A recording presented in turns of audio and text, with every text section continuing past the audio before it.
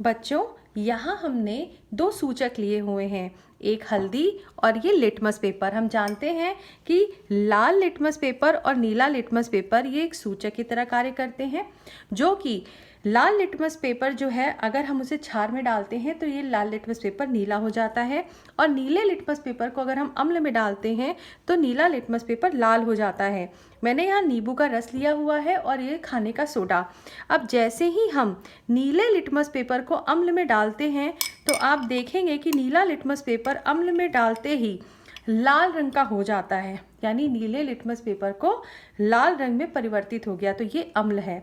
अब अगर यदि मैं इस लाल लिटमस पेपर को क्षारीय विलयन में डालती हूँ तो आप देखेंगे कि जैसे ही लाल लिटमस पेपर किसी क्षारीय विलयन में जाता है तो वो नीले रंग का हो जाता है। तो आप देखेंगे कि मेरे हाथ में लिटमस पेपर जो लाल था अब वो लिटमस पेपर नीला हो गया। तो इस प्रकार से लिटमस पेपर की सहायता से हम अम्ल और क्षार का पता लगा सकते हैं। दूसरा है हल्दी। हल्दी को जब भी हम किसी हल्दी को क्षारीय विलयन में डालते हैं तो हल्दी का जो रंग है वो परिवर्तित हो जाता है, क्षारीय विलयन लाल रंग का हो जाता है।